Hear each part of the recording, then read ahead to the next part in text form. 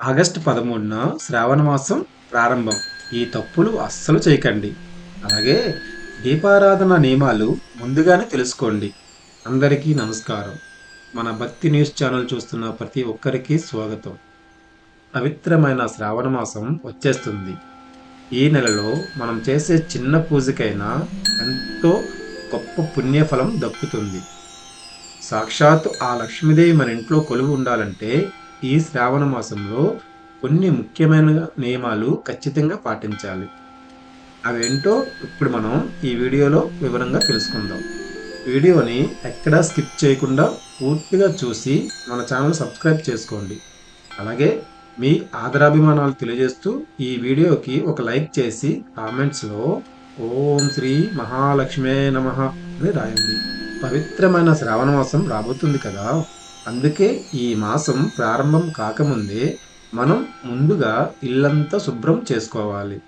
ఇలా ఇల్లు శుభ్రం చేసుకునే క్రమంలో ఇంట్లో ఎక్కడైనా పనికిరాని పాత వస్తువులు ఉంటే వాటిని వెంటనే బయట పడేయాలి. ఇప్పుడే మన ఇంట్లో పేరుకుపోయిన నెగిటివ్ ఎనర్జీ మొత్తం బయటికి వెళ్ళిపోయి ఒక స్వచ్ఛమైన వాతావరణం ఏర్పడుతుంది. ఇలా ఇల్లు శుభ్రం చేసుకున్న తర్వాత శ్రావణ మాసం మొదటి రోజు ఉదయాన్నే ఇంటి గుమ్మాన్ని అందంగా అలంకరించుకోవాలి. ప్రధాన గుమ్మానికి నిండుగా పసుపు రాసి కుంకుమ బొట్టు పెట్టి పచ్చని మామిడి ఆకులు తోరణాలు కట్టాలి. ఇక్కడ మీరు గమనించాల్సిన ఒక చిన్న విషయం ఏమిటంటే గుమ్మానికి రాసే పసుపులో కొద్దిగా పచ్చకర్పూరం కలపండి. ఆ సుగంధానికి లక్ష్మీదేవి ఎంతో ఆకర్షితురాలై మీ ఇంటికి వస్తుంది. గుమ్మం పనులు పూర్తి కాగానే ఇంటి ముందు బియ్యపు పిండితో అందమైన ముగ్గు వేయాలి.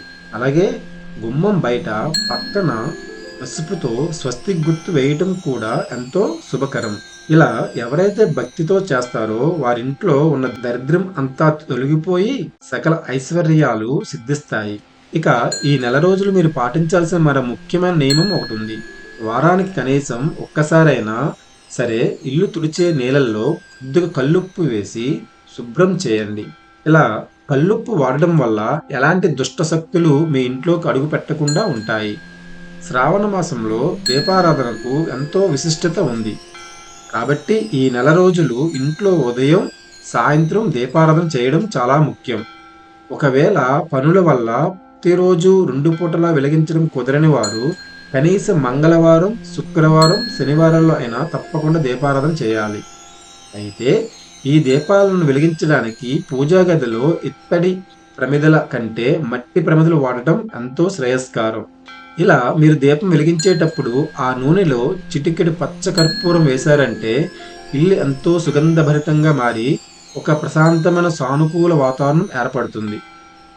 ఇక దీపాలలో విశేషమైనవి మరికొన్ని ఉన్నాయి. ఎవరైతే అప్పుల బాధలతో ఇబ్బంది పడుతున్నారో వారు శుక్రవారం నాడు కల్లుప్పు మీద మట్టి ప్రమిదను ఉంచి ఐశ్వర్య దీపం వెలిగిస్తే ఆ సమస్యలు త్వరగా తొలగిపోతాయి. అదేవిధంగా ఒక విస్తరాకులో కొద్దిగా బియ్యం పోసి అందులో 2 తమలపాకులు ఉంచి దానిపై కామాక్షి దీపం వెలిగిస్తే మీ ఇంటిలో సిరి సంపదలకు ఎలాంటి కొరత ఉండదు. ఈ దీపారాధనతో పాటుగా అమ్మవారి అనుగ్రహం కోసం ప్రతి శుక్రవారం ఇంట్లో పాలు పొంగించడం అనేది ఒక గొప్ప ఆచారం. అలా పొంగించిన పాలతో పరమాన్నం వండి లక్ష్మీదేవికి నైవేద్యంగా సమర్పించాలి. ఆ తర్వాత ఎర్రటి గులాబీలు లేదా తామర పూలతో అమ్మవారిని భక్తిగా పూజిస్తే కటిక పేదరికం సైతం మీ దరి చేరదు. చివరగా పూజ అంతా పూర్తయిన తర్వాత మీ పూజా గదిలోని ఈశాన్య మూలలో స్వచ్ఛమైన నీటితో నిండిన ఒక చిన్న రాగి కలశాన్ని ఉంచండి. ఇలా చేస్తే ఆ మహాలక్ష్మి మీ ఇంట్లో శాశ్వతంగా స్థిరంగా కొలువు తీరుతుంది. ఇక శ్రావణ మాసంలో ఆడవారి అలంకరణకు వారు పాటించే నియమాలకు ప్రత్యేకమైన ప్రాముఖ్యత ఉంటుంది. ఈ నెల రోజులు ఆడవారు ఎరుపు, ఆకుపచ్చ రంగు వస్త్రాలు ధరిస్తే ఎంతో మంచిది. ఎప్పుడూ చేతుల నిండా ఎర్రటి మట్టి గాజులు వేసుకొని కాళ్లకు పసుపు రాసుకొని నుదుటిన కుంకుమ పెట్టుకొని నిండుగా ఉంటే వారికి అఖండ సుమంగళి యోగం సిద్ధిస్తుంది. ఇందులోనే భాగంగా కొత్తగా పెళ్ళైన వారు మంగళవారం నాడు మంగళగౌరి వ్రతం చేసుకుంటే వారి భర్తకు ఆయురారోగ్యాలు చేకూరుతాయి. ఈ మాసంలో ముత్తైదువులను గౌరవించడం కూడా అంతే ముఖ్యం. ప్రతి శుక్రవారం నాడు ఇంటికి ముత్తైదువులను ఆహ్వానించి వారికి ఆప్యాయంగా తాంబూలం ఇవ్వడం మహాభాగ్యంగా భావిస్తారు. అయితే మీరిచ్చే ఆ తాంబూలంలో ఖచ్చితంగా ఒక రూపాయి నాణం ఉంచి ఇవ్వండి. ఇలా చేస్తే మీ ఇంట్లో సంపద రెట్టింపు అవుతుంది. ఇచ్చే విషయానికి వస్తే ఈ నెలలో ఇరుగు పొరుగు వారికి ఉప్పు, నూనె అరువుగా ఇవ్వకూడదు అనే నియమాన్ని కూడా ఖచ్చితంగా గుర్తుపెట్టుకోండి. పూజలు, వ్రతాలతో పాటు ఈ నెలలో కొన్ని పనులు అస్సలు చేయకూడదు. భక్తి శ్రద్ధలతో ఉండే ఈ మాసంలో మాంసాహారం, ఉల్లి, వెల్లుల్లికి పూర్తిగా దూరంగా ఉండాలి. అలాగే పగటిపూట నిద్రపోవడం అస్సలు మంచిది కాదు. ముఖ్యంగా మంగళవారం, శుక్రవారం రోజుల్లో గోళ్లు కత్తిరించుకోవటం, జుట్టు కత్తిరించుకోవడం లాంటివి ఎట్టి పరిస్థితుల్లోనూ చేయకూడదు. వీటన్నిటికంటే అతి ముఖ్యమైన విషయం ఒకటి ఉంది. మీ ఇంట్లో ఉండే ఆడపిల్లలు కంటతడి పెట్టుకోకుండా ఎప్పుడు సంతోషంగా నవ్వుతూ ఉంటేనే ఆ లక్ష్మీదేవి మీ ఇంట శాశ్వతంగా నిలిచి ఉంటుంది. ఇక పూజా నియమాల్లో భాగంగా ఈ నెల రోజులు తప్పకుండా తులసి కోట దగ్గర నెయ్యి దీపం వెలిగించి ఆ ప్రదక్షిణలు చేయండి. దీనివల్ల మీకున్న డబ్బు సమస్యలన్నీ త్వరగా తీరిపోతాయి. ఈ పూజ అంతా పూర్తయిన తర్వాత కలశంలో ఉంచిన పవిత్రమైన నీటిని ముందుగా ఇల్లంతా చల్లి మిగిలిన నీటిని ఆ తులసి మొక్కకి పోయడం మర్చిపోకండి. ఇంట్లో ఎప్పుడూ సానుకూల వాతావరణం ఉండాలంటే రోజు సాంబ్రాణి పొగ వేయటం చాలా ముఖ్యం.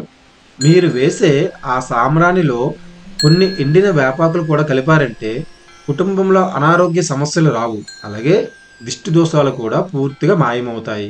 ఒకవేళ మీకు ఆకస్మిక ధనలాభం కలగాలంటే 108 యాలకులను ఒక దారానికి గుచ్చి లక్ష్మీదేవి పటానికి మాలగా వేసి పూజించండి.